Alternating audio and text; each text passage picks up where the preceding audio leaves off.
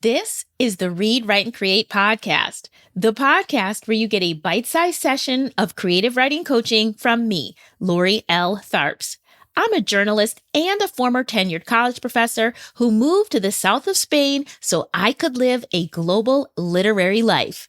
I'm also an award-winning author of both fiction and nonfiction who believes in the transformative power of a story well told. I created this podcast because I want to help as many BIPOC writers as possible get their stories out of their heads and into the world. Are you ready? Let's go.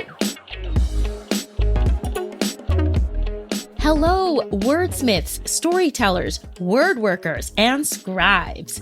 I am back with another exciting episode for our special Behind the Book season of the podcast. Remember, instead of speaking with legendary authors, this season we will be speaking to people who work in the book business behind the scenes, people whose livelihoods depend on the free-flowing circulation of books in the world, people who believe with the very marrow of their beings that books are both sacred and necessary. People like today's guest, Jeannine A. Cook. Jeannine is a self-described word worker. In 2020, she opened Harriett's Bookshop in the Fishtown section of North Philadelphia with the mission to celebrate women authors, women artists, and women activists. In 2021, Jeannine opened Ida's Bookshop in Collingswood, New Jersey, and Josephine's Bookshop, which was a bookshop installation in Paris, France. In addition to holding a master's degree from the University of the Arts and an MFA from Drexel University, Jeannine is also a Leeway Art and Transformation grantee, a winner of the Black Girl Magic Award, a South Philly Review Difference Maker Award winner, and she was one of Philadelphia Magazine's Best of Philly awardees. Jeannine's work as a literary activist has been recognized by several national and international news outlets, including the New York Times, Vogue Magazine, The Washington Post, and Oprah's Magazine. She is a proud educator and mother with years of experience teaching creative storytelling in alternative environments from bodegas to city blocks. Jeannine is also a writer and author who writes about the complex intersections of motherhood, globalism, activism, and the arts. Her debut novel, It's Me They Follow, will be released in September 2025. I asked Jeannine to come on the show to talk about her role as a bookseller in the Philadelphia area. So during our conversation, Jeannine shares how magic, synchronicity, and obedience to spirit play a part in her success as a bookseller. She talks about her own family history with word working and miracles. She talks about why she doesn't worship money and the challenges she faces as a bookseller who is also a writer. Jeannine also gives us a preview of what she's working on next in honor of the late Kenyan environmental activist and Nobel Prize winner Wangari Maathai. I know you are going to love this conversation and you'll probably want to open your own bookstore when it's all over, so don't say I didn't warn you.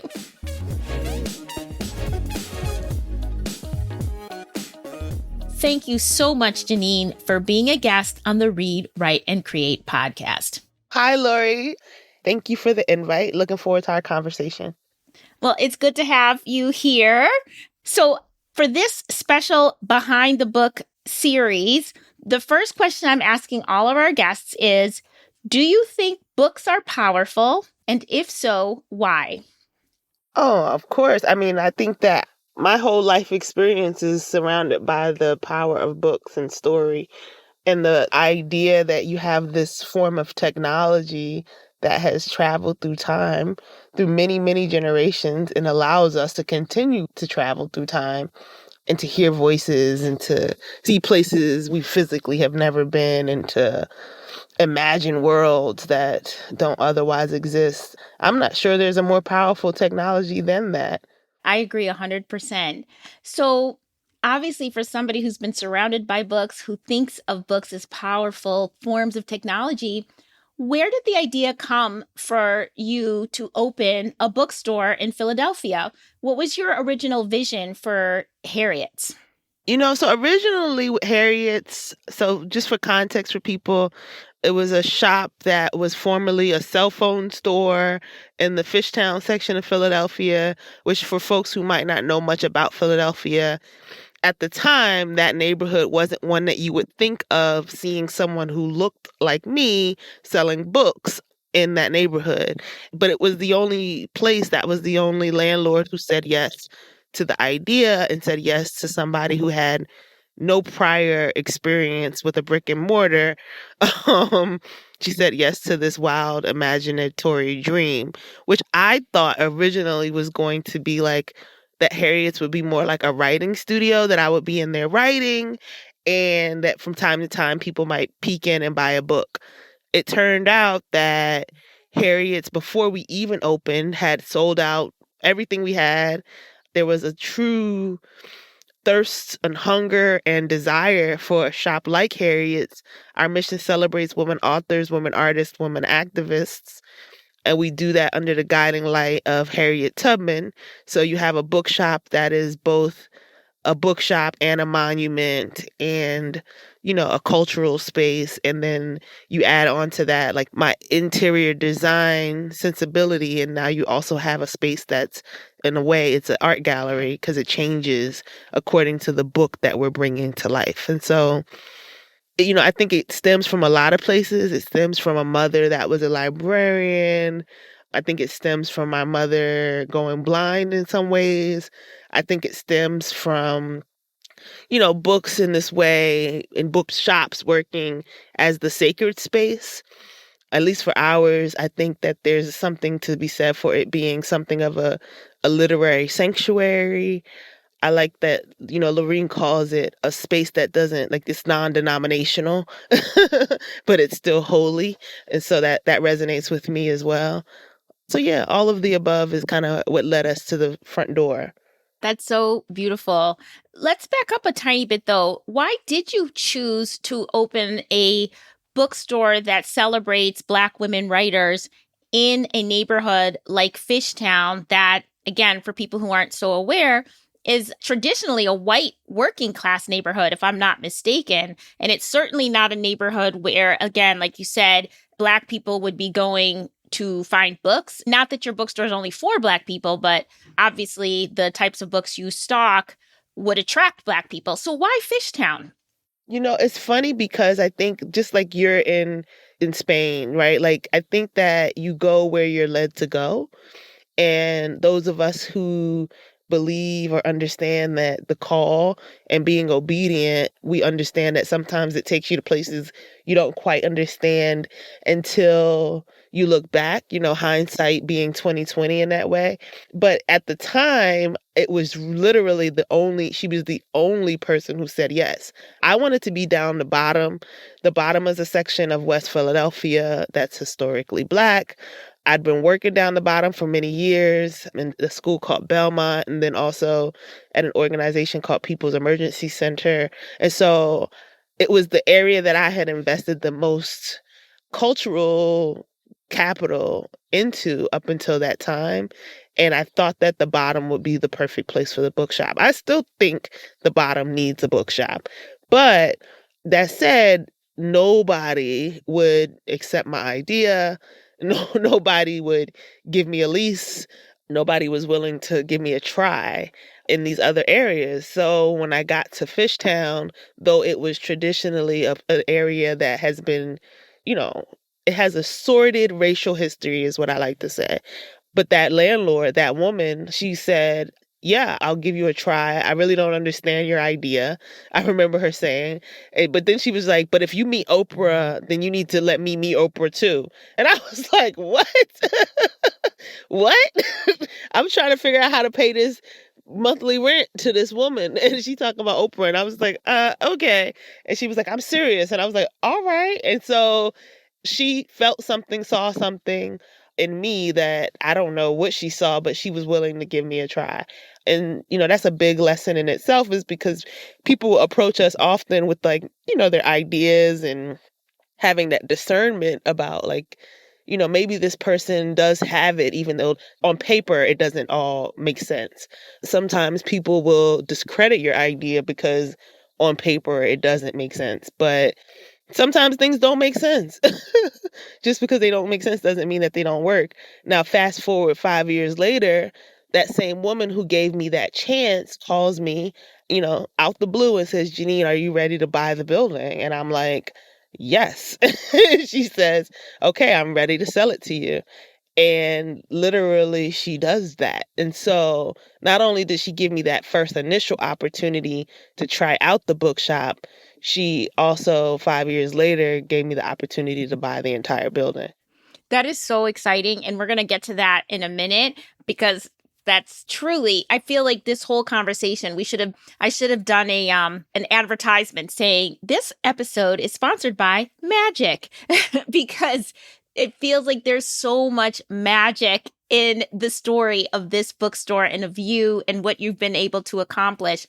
So one of the things that I think is just this idea of magic in this story, Jeannine, is like, and I think a lot of people who are from Philadelphia kind of know this story, but of course, this is a global audience.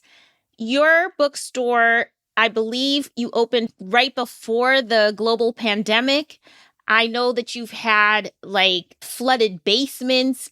I know you've had financial troubles, and yet you not only have survived and just mentioned that you've bought the building, but you opened a second bookstore in another state within a year or a year and a half of opening Harriet's. And I would just like you to, if you could explain the magic, Jeannine, explain. That's the thing about magic is it is the unexplainable. I liken it to the story of walking on water, because that's what my Nana gave me as a way to understand the gift and the promise, which is there's a biblical story that she told me about a man named Peter who professed to have all of this faith. And he did have the faith, right? He had such faith that one day, while his Messiah was on a boat out in the ocean, he wanted to come toward him, and he started to walk on water toward him. And as he was walking on water and noticed that he was walking on water, he started to get nervous about it. He started to lose that same faith that he already had. And what they say in the story is that there was a howling wind that approached. And that's when he started to sink back into the ocean, and all of a sudden felt like he couldn't walk on water anymore. And his Messiah says back to him, well, why did you doubt? You were already doing it. You were already doing the thing. You were already living the magic, as we call it. Why did you ever doubt? And she brings that story to my mind whenever I get to that place as well, of like, well, Jeannine, you've been walking on water all this time. Why would you doubt? Why would you ever doubt? And so that's kind of how I explain it. I think that it's probably in some ways a mixture of tradition, and just being a part of the literary tradition comes with certain responsibilities, but also certain quote unquote magic. I think being a part of a family, like there's a tradition even within my family of storytelling. Like I had a great uncle that was a bookbinder, or like I said, my mother was a librarian. My father's mother was a poet. Like we have all of this, like it's in there, and so I think being a word worker in some ways is also almost like an apprenticeship. It's almost like a vocation. We come from that tradition, and so we just keep that tradition going, and we watch it, and we cultivate the next generation so they can do it as well. And I just wrote the word down, word worker. Yeah. I'm going to add that to my list. I love that so much. Yeah. And Jeannine, I love how you just explained that.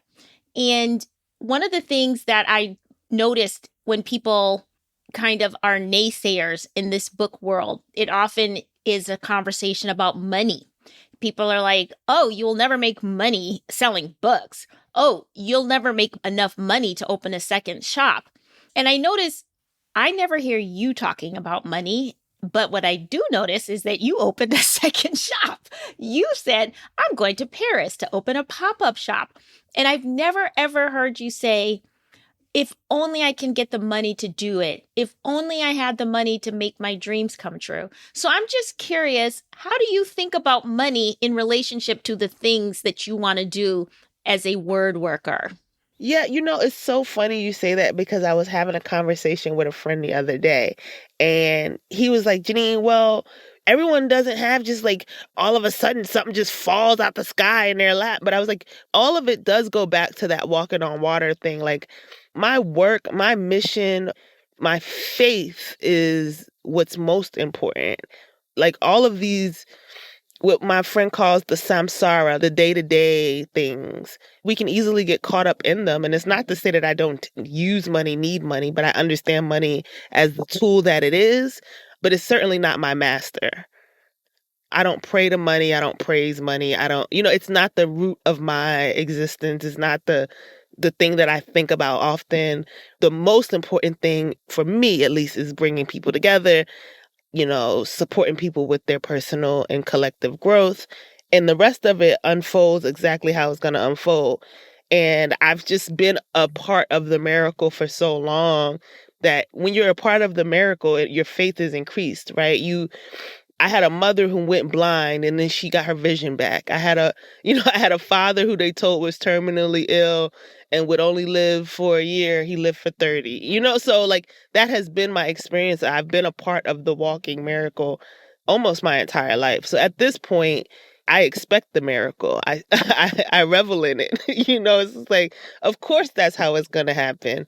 And I think it also goes back to being a word worker, right? Words, as they say, are quote unquote spells. So what words are we putting out there? What spells are we casting with our language to create the existence, the reality that we seek? And as people who, we write, we're world builders. We do that for a living. And so I think that's simply what I'm doing every day is world building. Oh my goodness. I hope everybody is just being blessed with these words right now. You are speaking my language. I'm like, we are magical beings. I hope everybody understands that. We are magical beings. So speaking of magical beings, you're practically a legend in Philadelphia, but this is a global podcast. Can you share a little bit more about beyond selling books, what happens at Harriett's bookstore? I've seen horses. I've seen trolleys. I think picnics. Can you just tell us, incorporate this idea of community building and then also just this sacred space that is Harriet's that goes beyond books? Yeah, I love that you noticed that Harriet's is many things. And I can only talk about what's happening in the Harriet's universe currently, right? Because it's always something unfolding. There's always something afoot. And I think that resembles Harriet's spirit in general, just like the way that she was very stealth and she was here, she was there, she was bringing people together, she was getting people from here to there. And so right now we have the trolley tours running. That's 2 tours every Saturday that start at Harriet's. It takes you to 5 other Black woman-owned businesses in the city. In the morning, they call that the chill ride. In the afternoon, they call it the turn-up ride. We have an amazing conductor of those trolley tours right now. Her name is Starfire. So she brings lots of energy to the tour. The tours this year every year they are in honor of a different woman in history or a different writer. This year, they're surrounded Sonia Sanchez. So you go to a Sonia Sanchez mural, you go to experience Sonia Sanchez's work, you get the book. It's a whole full experience. And so that's one of the adventures happening at Harriet's right now. We always have a musician who becomes like our musician in residence, who plays music while people book browse. Right now, we have a partnership with the Mural Arts. So we have a young man named Yannick, and him and I are reimagining what the space will look like next. So every few months, Harriet takes another book and opens it up and turns that book into a space. So right now, him and I have been, we have a small grant from the Mural Arts to think that through together. So we've invented our own wallpaper and upholstery. And so there's so many different aspects of what a bookshop gets to be. I think for so long, we were allowing outside forces to determine what a bookstore, what a bookshop is. And they made it so that they became almost mechanical, where it's like, hey, buy these books, bring an author in, sit people in the chair, make them buy the book, get them out the door. And it was just like, wait, our culture is so much more rich than that.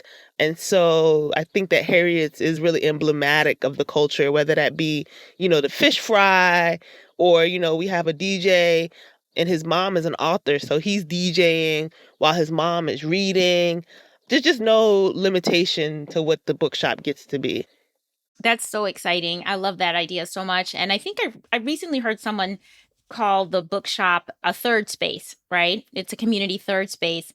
What are some of the challenges that you face running the bookstore? What are the things that maybe people don't know behind the scenes to keep Harriet's alive and well? And also, it's not just Harriet's, you have a second bookshop, Ida's. So talk a little bit about what are challenges to keep a bookstore thriving in the 21st century. Oh, there are no shortage of challenges either. One of the challenges has been that publishers have this idea in mind about what the bookshop is supposed to be. And it's like breaking them out of their preconceived notions about how things should operate. For instance, typically, an author comes to a bookstore, the bookstore is responsible for hosting a book talk of some sort, selling that author's books, and then they move on and do it again the next day. Now, the challenge with that, especially if you're dealing with authors who don't have a large following, is one, how do you get people in the door to come see this author? Two, if you can get them in the door, but your space is like ours, not that big, and you can only host 20 to 30 people, 20 to 30 books is not enough to pay the bills necessarily, right? You get a very small percentage of that book sale that comes to the actual bookstore. Now, one of the things that the publishers forget is like, at least for me, I can't host people and not like feed them and give them something to drink and make sure that they are comfortable, or make sure there's like some sort of, music or vibe. And they're like, what do you mean music and vibe? I'm like, yeah, like I'm just not gonna just like have people in here and give them like water and crackers, right? Like we need to be a real welcoming space if we're going to open our doors. And so helping people to think outside of the box about what a book event gets to be and how to bring new authors to new audiences is something that's been quite a challenge, right? So even with the trolley tours, it was like I had to help publishers to understand that, listen, the author's going to ride the trolley with the writers. No, this event is not about them, right? Like everything is not about this one singular person. They are a part of the community. They get to be a part of the community. They get to experience the community in a real way, not like you sit in the chair, I'm the expert in authority, listen to my voice, buy my book and get out. Like these hierarchical Western colonial ways of exposing people to books, they're super limited and they're not that fun, right? And so, helping people to think outside of the box has been a challenge for sure. I think that for me, being both a creative and a bookseller is also sometimes challenging because it's not all about the bottom line for me, right? So I don't have to redesign the bookshop. We don't have to have a trolley tour. We don't have to give away books on horseback, but we do it because it is engaging for our community. We do it because it brings people together and builds those connections. And it doesn't necessarily yield high amounts of money, but it does yield high amounts of impact. And so trying to have those conversations sometimes with people who are really business minded is sometimes difficult because they don't get it. They're like, well, why would you do that if you're not going to make a bunch of money doing it? And it's just like, because it's the right thing to do, And so that's not necessarily always easy when working with partners or when trying to let people see or understand what it is that we're doing. And then now, most recently, me having written a book, right? So now I'm on the other side of the conversation as an author. And it's like, well, who's going to do all of the things that I've been doing for the bookshop so that I can go be an author and have that experience of touring and sharing my book worldwide, and how do I basically clone myself so that I can be in Philadelphia, in South Jersey, in Paris, in Nairobi, and on tour. And I'm trying to figure that part out for sure. Well, that was a perfect segue into asking about your new novel, It's Me They Follow. So I got to read an advanced copy of Jeannine's book, and it is amazing. It's magical. It feels like a modern day fairy tale in some ways. Like it feels like a bookstore fairy tale. Like it's, I don't know, it's like it doesn't have a category, which is really what's so cool about it. But I would expect nothing less from Jeannine A. Cook because she is magical. Thank right? you for I think that. I heard somebody say, and that's coming from somebody who is lauded in our city.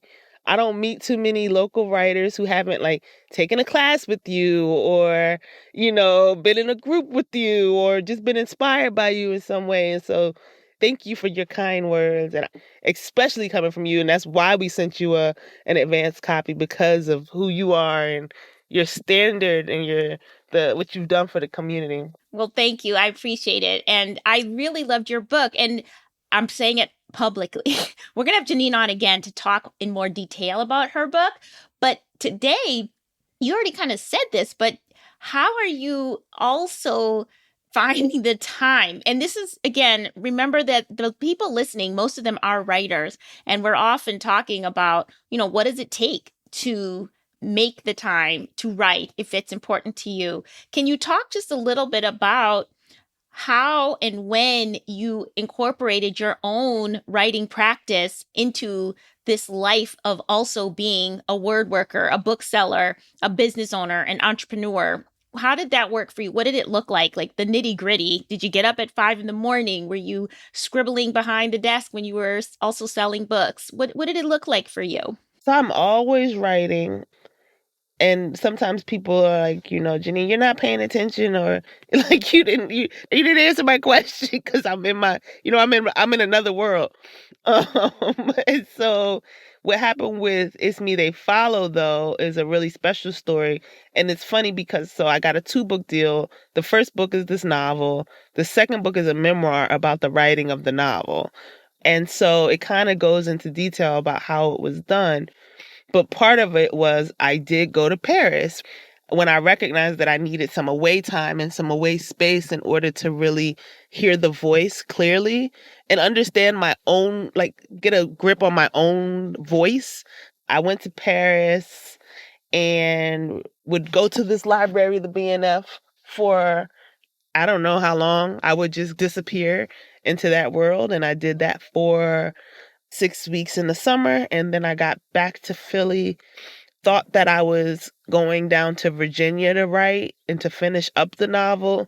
I'm from Virginia, so I go to Virginia to go to my grandmother's home, and I get down there and I'm told that my dad is in the hospital. And as I'm in Virginia, thinking I was going to write, I actually was going down there to walk my father over to the other side of glory, as my Nana would say, but still was on deadline and still had a novel that I had to turn into a publisher, because it's a real business, right? There's real contractual agreements here. And though they were super, super loving and accommodating, I also had, deadlines. And so the thing that got me through everything with my father, I believe, was also working on It's Me They Follow.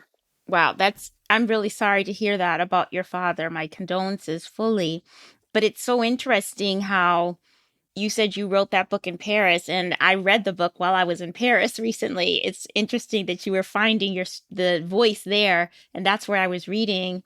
And there is a scene where the character is going back south to be with her grandmother. It's like what you just said. It makes the story feel even more powerful, knowing the way that you were writing it and when and how you were writing it. So I can't wait for more people to read it. Again, we're going to bring you back on to discuss it, because it is such a it's definitely a discussable novel.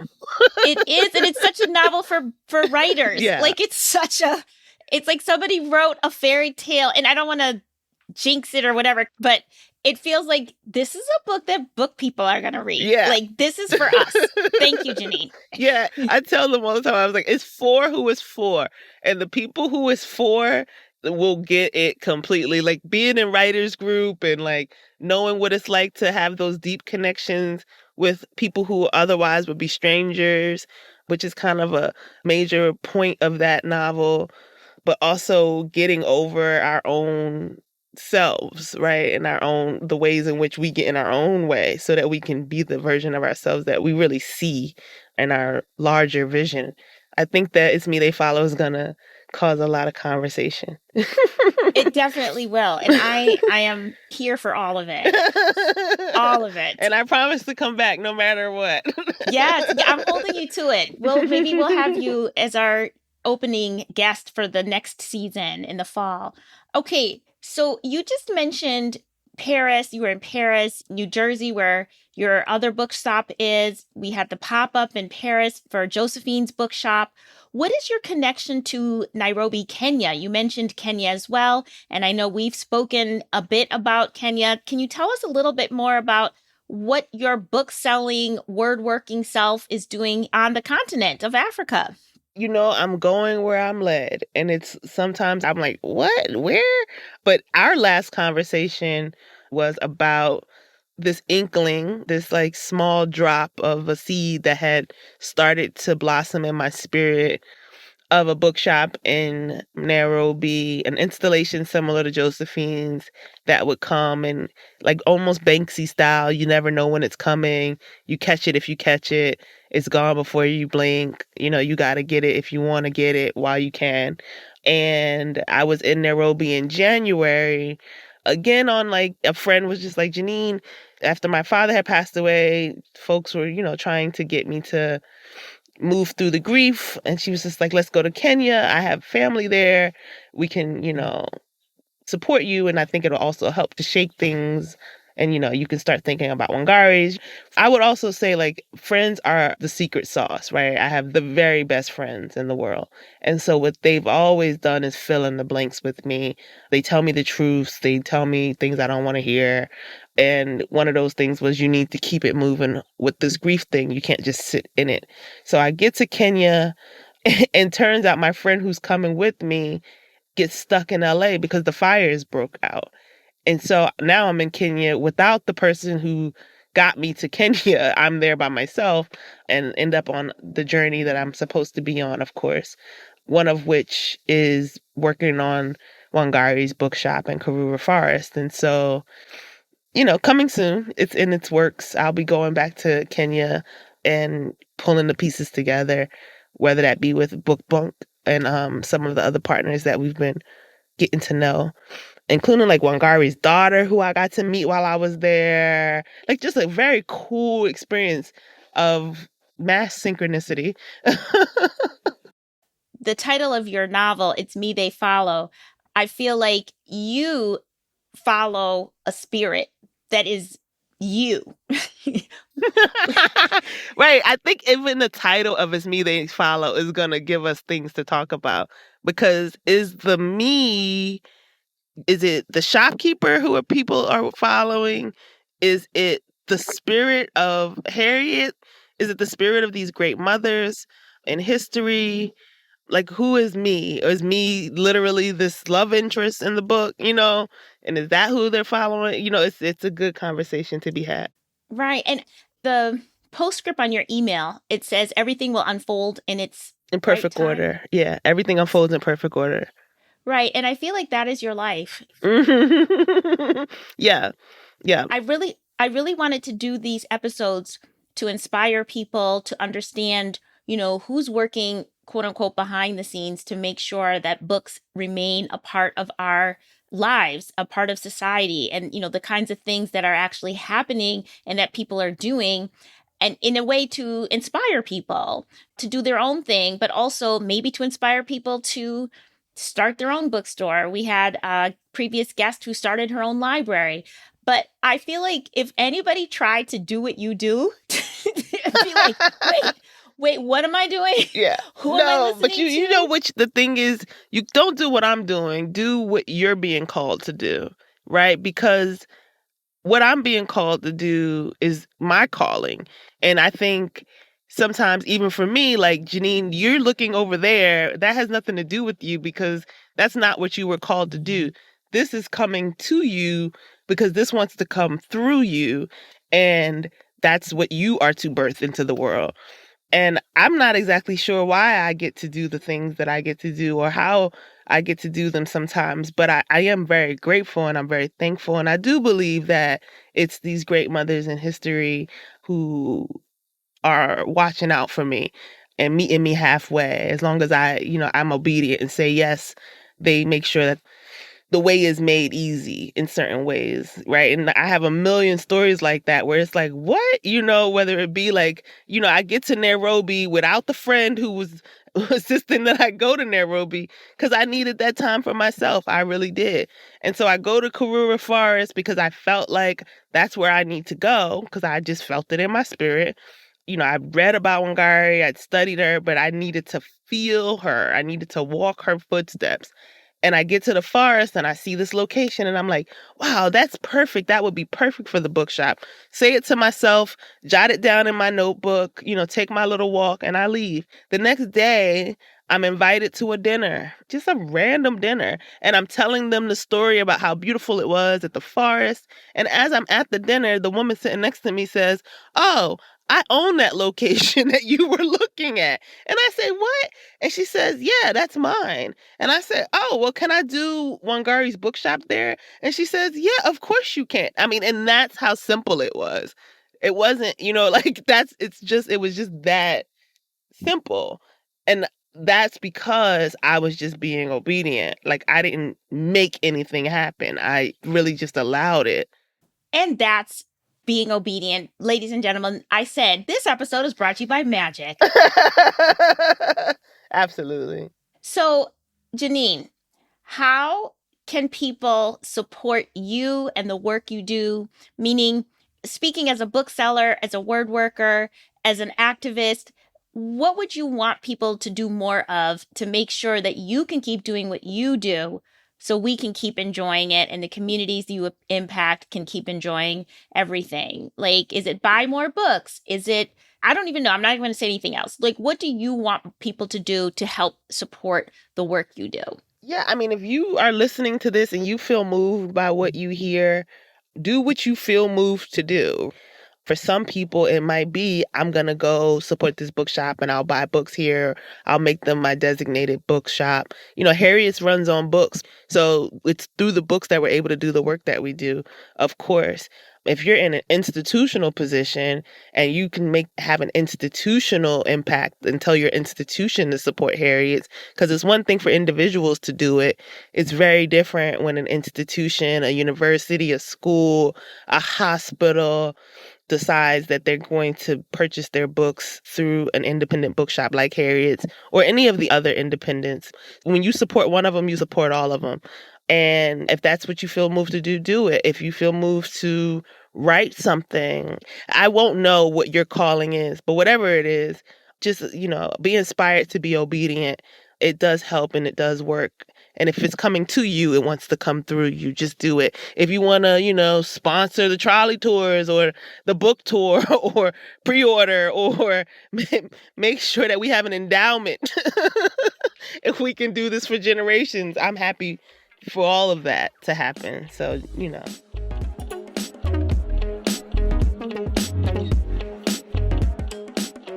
Okay, word workers, are you inspired?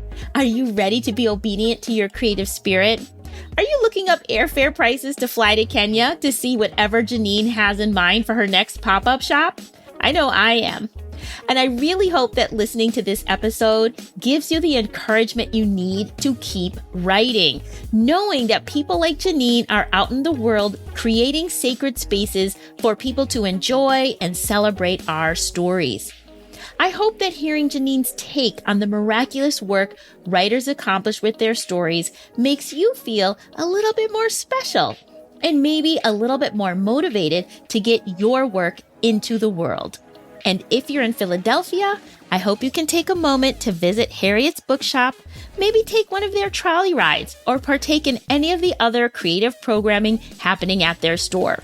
I'll leave a link to the Harriett's website and Instagram page in the show notes. If you're looking for more creative writing inspiration and useful resources for your literary life, then be sure to check out the Read, Write, and Create website at readwriteandcreate.com. Don't forget, that's REED, writeandcreate.com. And while you're over there, you can sign up for the Read, Write, and Create newsletter, which is a monthly newsletter where I share a bit about my own personal writing journey. And I always offer you 3 cool things to optimize and enjoy your literary lifestyle in every issue. I will leave a link for both the website and the newsletter in the show notes as well.